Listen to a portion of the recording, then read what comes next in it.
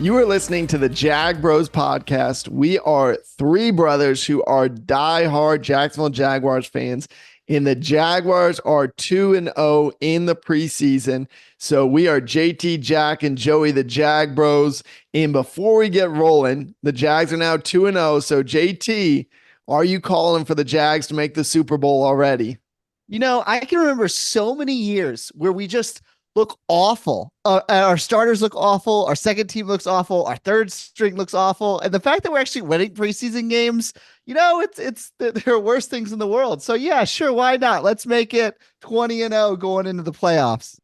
20-0. Oh my goodness. I can't Making believe history. it. All the people on Twitter were saying that JT's a fair weather Jags fan. Always can count on JT to hate on the Jags. So changing it up. The real JT is back.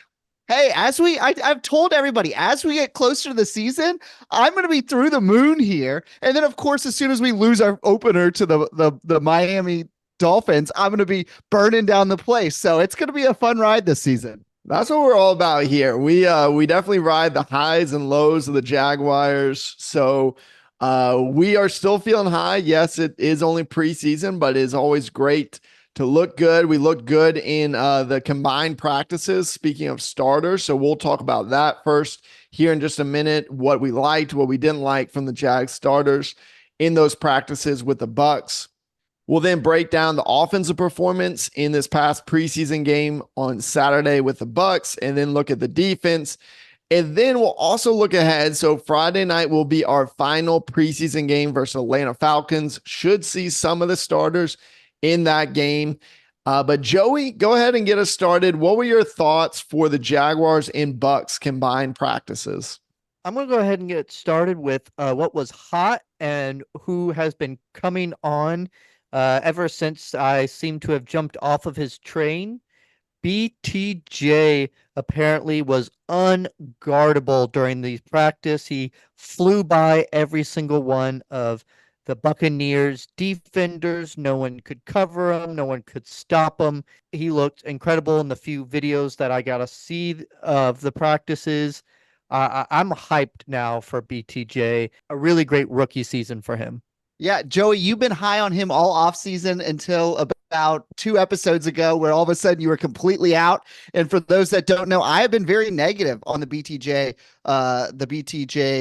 selection, but that has been the biggest beat, the drum beat over the last week in all the joint practices, that he's been able to be unguardable against anybody in the Buccaneers secondary, and that him and Trevor seem to be doing a nice bonds, and that he's been out for all of the two wide receiver sets. Now, to play devil's advocate here, though, for a second, one, Christian Kirk's been banged up with a groin injury, and so he's not been out there. So it makes sense that BTJ would be out there. Number two, the Bucs were bottom 3 last year as secondary, so it's not like that's the strength of their team. And all over the Buccaneers sites, they talked about how bad their defense was shredded in those practices, and some other issues that they had. So I could be completely wrong on some of my early speculation on BTJ. I love seeing him. That first catch that he had in the week 1 preseason game is like, okay, maybe there's something more there, but I'm not going to get too high, but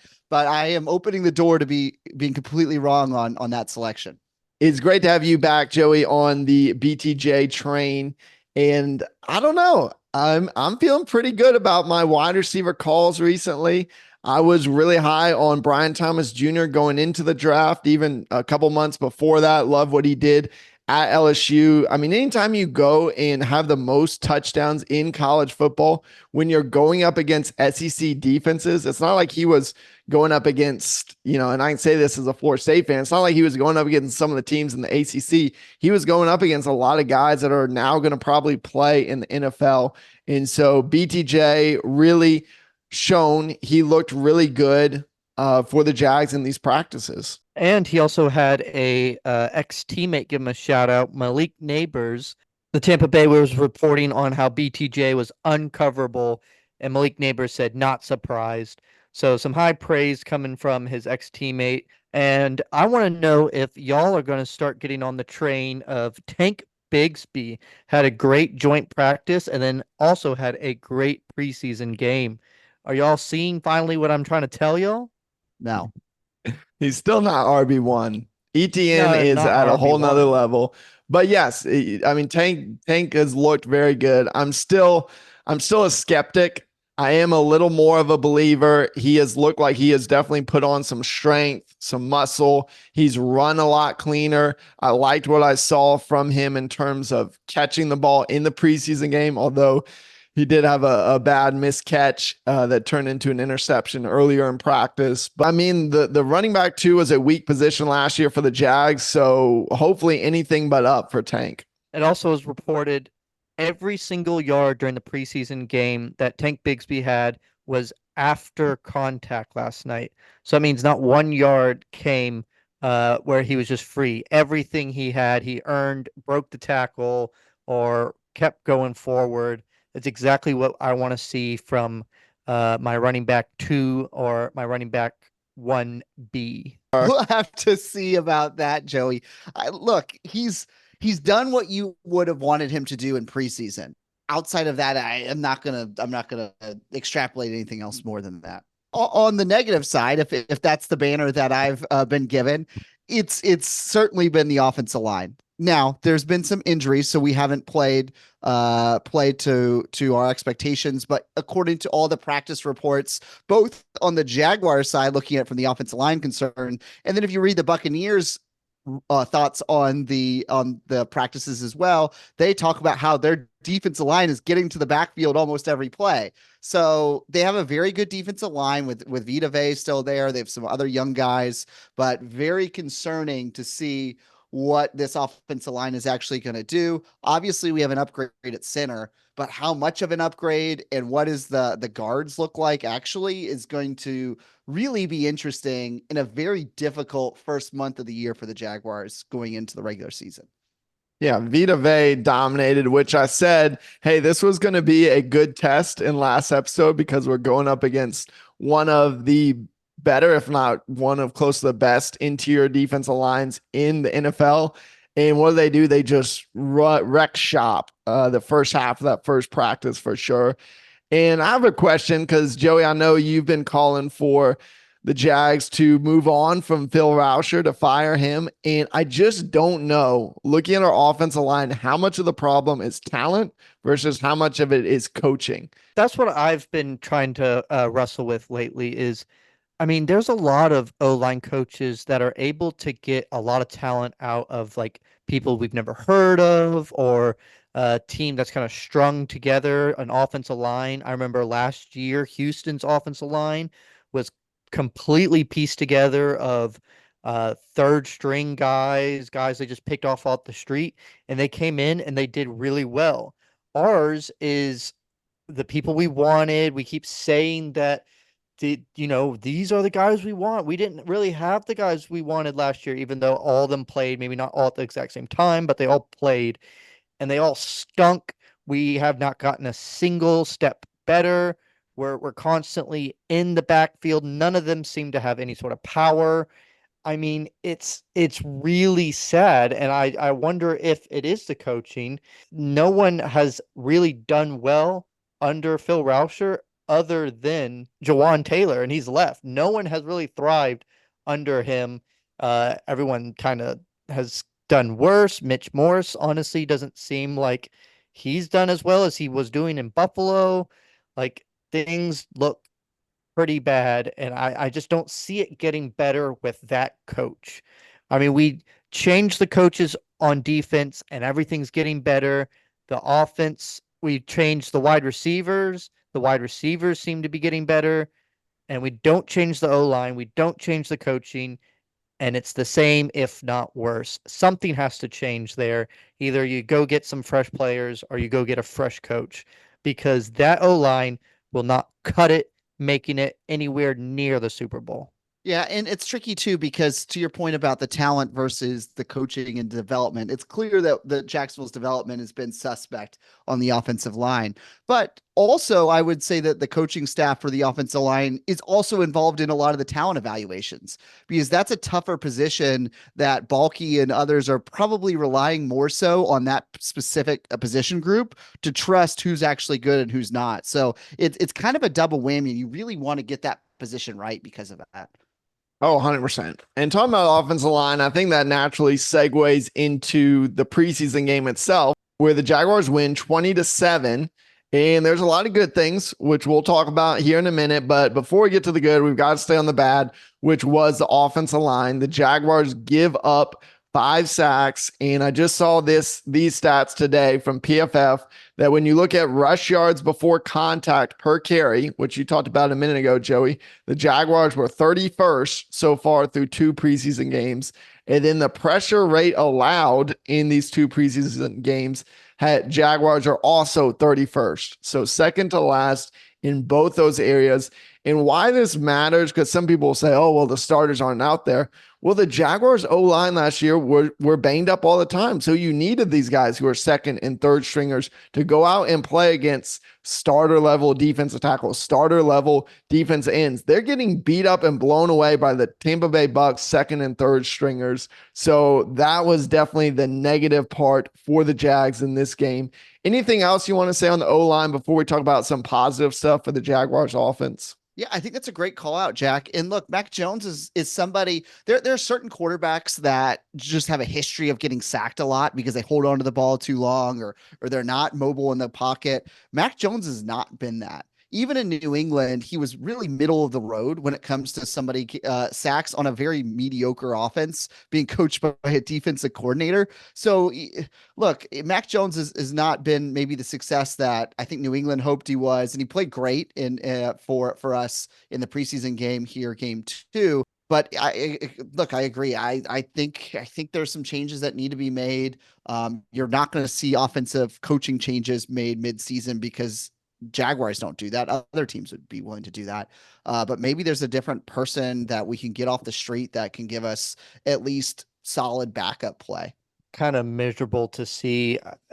Everyone's saying, yeah, these aren't our starters, but they're going up against non-starters as well and getting absolutely torn to shreds. I will admit a little bit. The problem was CJ Beathard was trying to hold on to the ball a little longer, but he may have to play if anyone gets hurt or whatnot. And if we want to throw these deep routes that Trevor can get it to BTJ or Gabe Davis down the field, you have to be able to hold your blocks. You can't throw it deep if you have a bad offensive line. And that's what we're looking like. We're going to have Trevor scrambling around, or we're going to have to throw really short routes because Trevor's not going to have enough time.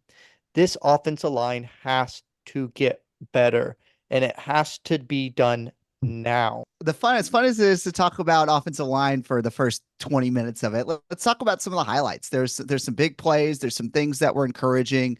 What are 1 or 2 things, at least on the offensive side of the ball? Joey, obviously one of yours is Tank Bigsby. What are 1 or 2 of the things that you were very happy to see with in this game and things that you think may actually be able to translate into something on in that we can see in the regular season?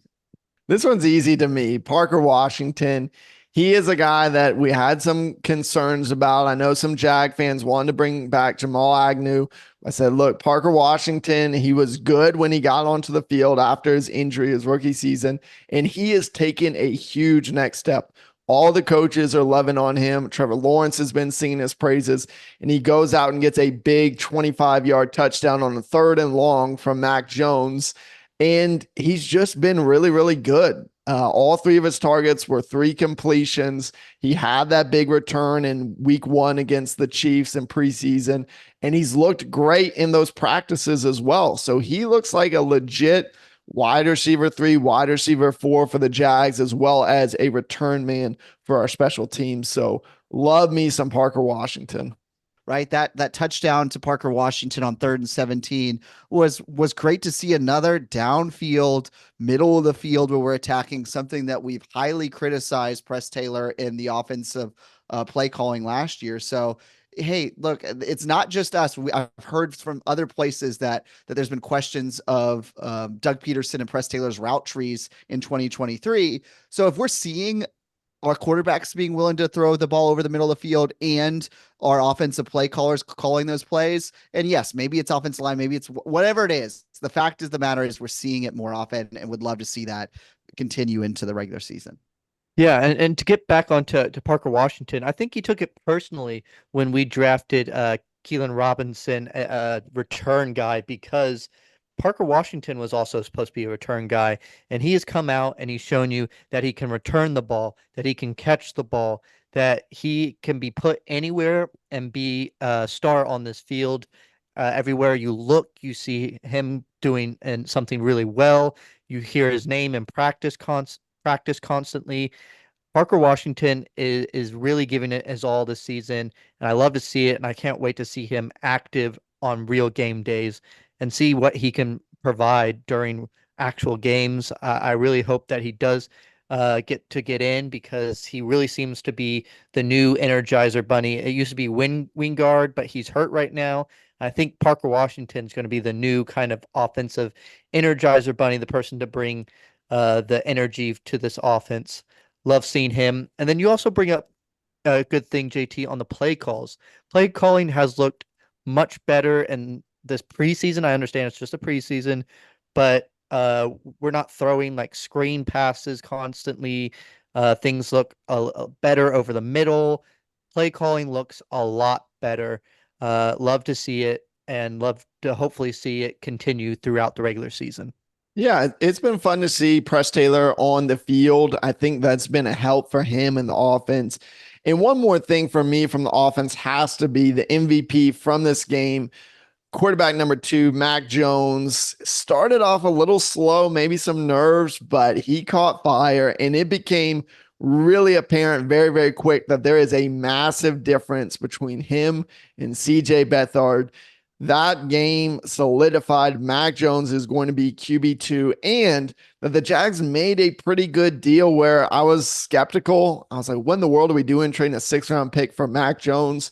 Well, now either he's going to be a very good backup for you, or later in the future, you have a lot more trade value for him. He went 16 for 23, 210 yards, 2 touchdowns. And the big number to me was no interceptions, no turnovers, and no plays that were really even close to a turnover. So hats off to Mac Jones. Very well played. His first game back in Jacksonville since Bowles High School. Mac Jones just raised his stock big time and made it seem like the Jaguars were super smart, and Trent Baalke has a crystal ball, because all he needed was a change of scenery, offensive play callers that actually knew how to play offense, and a team that believed in him. He had an awful situation with the Patriots. No one believed in him. They were constantly benching him. He had just a terrible time there, and he shows that he can still be a starter, and with some quarterback needy team is about to offer something big for us. It may be not worth it trading him this year. We may want to keep him.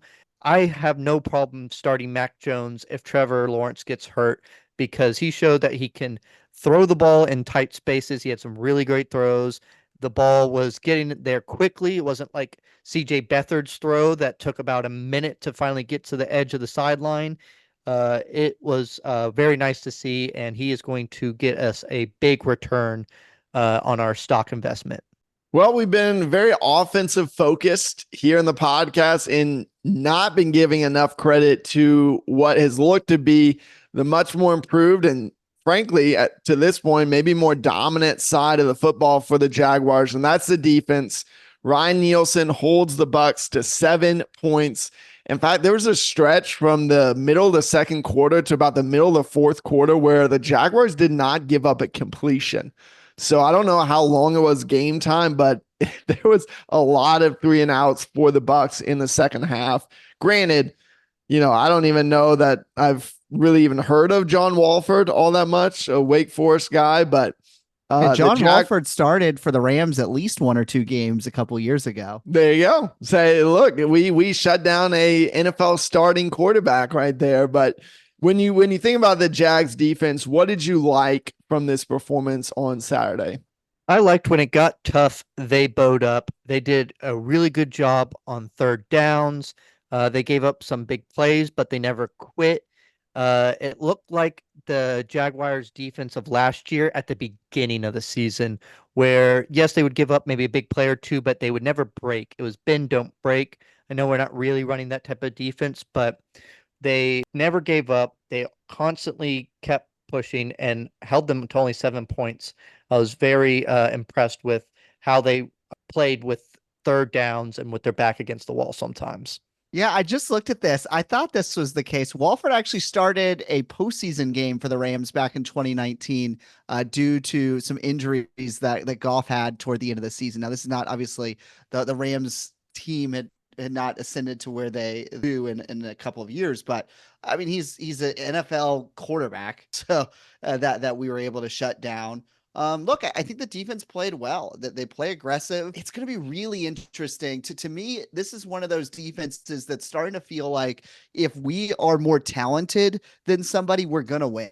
But when we're actually less talented to them, hey, looking at game one against the Dolphins, where we're playing this aggressive man style defense, can we actually hang with them, or can our coaching staff devise a game plan that changes some of the schemes up so that we avoid some of those mismatches? But on paper, like this feels like a team that should get slightly better on that side of the ball. Joey, I had the exact same thought watching this game of it was a little bit weird watching this game. Granted, it's the second and third string defense for the Jags. It did feel a lot like Mike Caldwell defense of we had a lot of big plays on third down and we did struggle to slow down the run. They ran for almost 5 yards per carry, and that includes some negative plays. So the rush defense was not great. If I had to give a couple shout outs, Chad Muma looked very good for the Jaguars early. He had 4 total tackles, some hard hits for the Jags. Christian Braswell continues to play well and look like a guy that is going to make this team. And I just love this secondary. I am loving Chris Richard, the new secondary coach for the Jags, came from the Cowboys. They had him mic'd up in the Chiefs game, and they just released that on the Jaguars YouTube channel yesterday and was loving it. He just brings a lot of energy, fire that the Jags secondary has not been good for a while. And so seeing an intensity for the secondary, I just love. I also loved these new kind of DNs that we've brought in. Speaks get another sack. Gazania was literally signed the day before the preseason game. He went in and got the last second sack to end the game. Otamiwo also had a sack. So you're seeing some of these guys that Ryan Nielsen has found some diamonds in the rough that are looking to make this team and to just have a nose for finding the quarterback, something that we had none of last year other than our 2 starters. No one was getting sacks. So it's nice to see that we're going out and finding some other guys who really seem to have a nose for the quarterback and really are going after it. I hope to see some of these guys make a nice effort in the regular season. Maybe someone comes in and can help out Josh Hines Allen and Trayvon Walker. Well, we have to look for those guys because we refuse to draft or trade for another edge rusher. But I do agree, Ryan Nielsen, he played D-line in the NFL. That's his specialty. So if anyone can take some of these guys and make them NFL legit, it would be him for sure. Yeah, and look, Jacksonville's had a history of making some of these type of guys that come out of nowhere that play okay. You think about James Robinson was an undrafted rookie running back that I think he ran at least close to 1,000 yards that one season. You've also had Alan Hearns come out of nowhere for a season or two for us. So if we can get some decent play out of some of these guys for a rotational defensive end when needed, that could be huge. That could be the difference between a top 15 defense and a top 10 defense. And as y'all said, especially you, Jack, that's the sign of a good coach is able to find these diamonds in the rough that can be the rotational guy and points out that maybe Phil Rauscher isn't the coach because we aren't finding any diamonds in the rough on the offensive line and we're only getting worse and our talent evaluation is just not there. everyone seems to play worse, not better. Joey, can we put your name in for and put your resume in for O-line guru, O-line coach for the Jags? I don't count myself an Or like, O-line guru, but I do oh, listen to the other O-line gurus, Tony Baselli and the other Jags guys that actually played O-line. If you just listen to them, they know what they're doing. Ask them. Tony Baselli is always there. Maybe make him an assistant O-line coach or something. He's smart enough and knows what he's doing. Maybe he can get these players playing better because it's definitely not Phil Rauscher. yeah, I mean, look, we will probably be beating the drum all season on how frustrating the offensive line may be playing. So you'll know that name much closer as we continue on the season.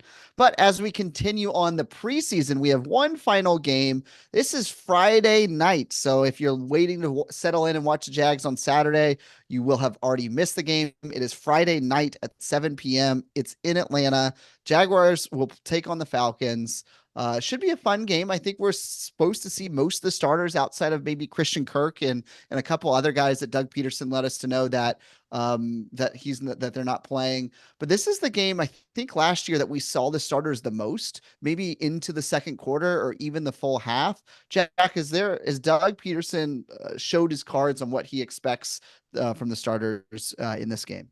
I think a lot just depends on how well they play early. I think if we're rolling and looking good against Atlanta, I probably just 2 or 3 drives from the starters, but they did struggle last year in preseason game 3 against the Dolphins. And so he did keep them out longer. I don't remember if it was right before the half, but it was close to the first half. So we'll definitely see the starters. And another great point, JT, knock on wood, the Jaguars have had very few injuries. So that has got to be one of the goals is just stay healthy, get a lot of reps at game speed, at game intensity. Well, I'm looking for the offensive line. Hopefully we get to see the all five start and actually do well, keep Trevor from even getting touched in this preseason game. And then I want to see us actually be able to run the ball 4 or 5 yards, break off a huge one. We need to see this run game get some big plays because I don't want to be a one-dimensional passing only offense. I love our passing game. I like to see it, but we have to be able to mix in the run and not be able to be so one-dimensional. So I absolutely need to see this the starters in this run game be able to do something. Yeah, I'm going to say for me, offensively, it's going to be very similar to week 1 when we saw the starters. What does situational football look like on third downs or even fourth downs that we're going for it? What does our play call look like? Are we able to convert? Are we able to keep moving the drive forward? And then number 2, the red zone. Can we continue to have success that we've seen at times in the preseason in the red zone? Both of those were areas of major concern for Jacksonville, bottom 10, bottom 5 of the league offensively for those things. And then for me on the other side of the ball, how do we do covering Kyle Pitts? Historically, Jacksonville always struggles covering tight ends. He's a guy that doesn't play a traditional tight end role. But how do we do matching up against these guys that, at least on paper, seem to be a man-to-man beater? Because it's very difficult to line up either a safety, a corner, or a linebacker on this guy because linebackers are too slow, safeties are too short, and corners are typically too short, and safeties are sometimes too far away from the ball to shut down Kyle Pitts. So that to me will be very interesting. Devin Lloyd or some of the slot corners that we have rotating in. It'll be interesting to see how they cover him. Joey, of course, rolls with the O-line. Joey has been our O-line guy this episode, and I'm doubling down on the receivers. So this is a receiver group, especially with Christian Kirk not playing on Friday. It's going to be a whole different wide receiver group than we saw a lot of last year. No Calvin Ridley, boo, which there's also been a lot of negative news about Ridley recently, which gotta love, especially since he went to the Titans.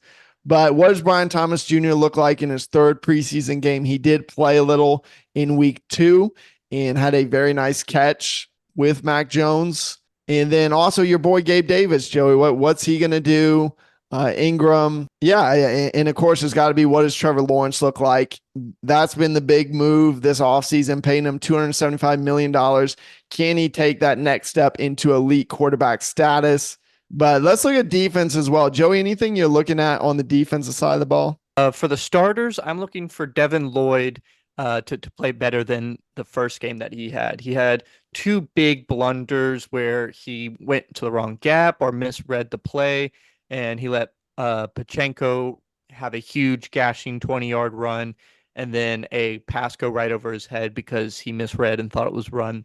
So I need to see more out of Devin Lloyd. I want him to be the starter and have this breakout season that everyone's wanting him to have.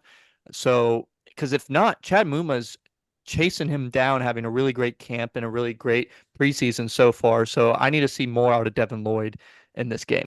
Yeah, I'm saying the two safeties here. Andre Cisco, he had that practice a little over a week ago with 3 interceptions. He's a guy playing a contract year. Ryan Nielsen has sung his praises. He said that Cisco, Foye Oluokun, and Ronald Darby are the 3 guys on the field that he trusts as defensive coaches on the field. So what does Cisco do in this game? And then this will be the first game where we'll see Darnell Savage, strong safety, potentially starting strong safety, played for the Packers for several years. And so this will be our first chance to watch him in a Jaguars game. So those are the 2 guys on the defensive side of the ball that I'm watching for the starters. And I already let the cat out of the bag. I think the Kyle Pitts matchup will be interesting to me, especially playing a lot of man. How do we line up? And it touches on what you guys just both said, Devin Lloyd and safeties, because I think that's how we'll end up trying to match up with him. Well, this is also our final preseason game before the cuts that'll take place early the following week. So the Jaguars will go from 90 players on the current roster to final 53. And so last question, looking ahead at this game, is there anyone that you are watching and maybe the second or third string that says, hey, you need to have a pretty good game to make the team? Maybe one of these guys that Jaguars fans maybe have heard or maybe haven't heard that you're like, hey, this is a guy that I'm banging the table. I hope he makes a team for the Jags.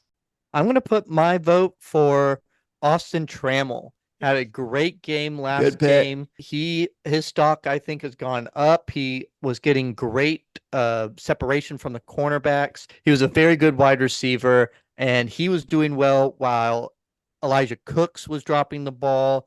And the Cephas train seems to have become derailed. So I would love to see him come make this team and have a great last third game preseason game. Defensively, we talked about these guys on the defensive section of the podcast. I would like to see 1 or 2 of those defensive line guys that Ryan Nielsen was able to find. I'd like to see them have a great game, make the team, and continue to develop. I don't really care one way or another, but for his sake, Elijah Cooks, I think, needs a really good game. He played terrible week 2. He also got to see a decent amount of playing time last year with all the injuries that our receivers played, and he just was a non-factor. So somebody in 2023, I know a lot of Jag fans were excited about in preseason. I think he may be on his last straw, and it may Trammell or one of the other guys may end up beating him out on that position. So that to me is somebody I would keep my eyes on. Great call out. I love the Cooks versus Trammell. To me, that is the matchup for who makes this team at wide receiver 6/7. So that'll be interesting to watch. And then defensively, I'm just going to say agree as well on the D line. Who is going to be where the Jaguars can get some more sacks? Because I believe, I need to look this up, but I believe Foye Oluokun was 3rd for the Jaguars in sacks last year, which there's just no reason. You were not sending him on very many blitzes. He had 1 game with 2 sacks, and that probably shot him up to 3rd. So some of these guys that you called out earlier, Joey, that had a sack in this game, we have Miles Cole, 7th-round pick, who had a half sack earlier. Can Yasser Abdullah, a 5th-round pick from 2 years ago, can he do anything? Tyler Lacey, 4th-round pick from that same draft class defense. And can someone show up and show out, particularly in the second half, get a sack, get in the quarterback's face? Because we may be seeing Michael Penix in that second half. So a top 10 QB, which will just be interesting to see, because that was one of, if not the most talked about draft pick from this past draft. Yeah, Jack. Foye Oluokun was 4th on the team in sacks with 2.5 sacks Only Roy Robertson Harris was better with 3.5. Obviously, Trayvon Walker and Josh Hines Allen were 1 and 2. Our boy Chason, who's no longer on the team, had 2 sacks as well, coming in 5th place. So that is just terrible production from anybody else that's not your 2 edge rushers. Yeah, Braylon Speaks is one of those guys that y'all guys were talking about. He has gotten a sack in both preseason games so far, and also just a year or two ago had an 8-sack season. So he really could be a guy that is undercover that people don't really think about, but could end up getting quite a few sacks for us if he comes and develops as a great rotational edge guy. And then I wanted to throw out one other person in the secondary to maybe make this team. That's Trey Flowers. Had a great game, really tall cornerback. He could be a guy that we can see maybe making this team and being a great rotational secondary cornerback as well. That's a great call out, Joey. Let's make it 3 sacks in a row, 4 Speaks for the Jags. And speaking of who's going to make the team, after this game, we'll have one more episode before the Jaguars' final 53-man roster is released. We're going to give our thoughts on that, so make sure to hit subscribe wherever you're listening to, because that's going to be a fun episode, breaking down, hey, how are the Jags going to get from 90 to 53? Who are going to be the final 53 for the Jags to make that potentially JT 20-0 run to the Super Bowl? Let's go, baby. So with that, we're going to go ahead and close out this episode. Don't forget to follow us on X. We live tweet the preseason games and every game. So if you want to see what our opinions are right during the game, follow us at the Jag Bros on Twitter or X. Also, we have a YouTube channel. You can check out some videos that we've done on some of the rookies and what we think of this season so far. So make sure that you go give those a follow, as well as listen to us on this podcast. We are excited for this game. It is Friday night, everyone. It's not Saturday like the other 2 games, so don't miss it. And then I will have a break where we have a week off, and then we come back for the Miami Dolphins week 1. Let's very go. exciting game, a very fast game with all that speed. Can we keep up? I can't wait to find out. So with that, we're going to go ahead and cheer on the Jags this Friday, and we're going to close out this episode with what we do every end of the podcast. Dude.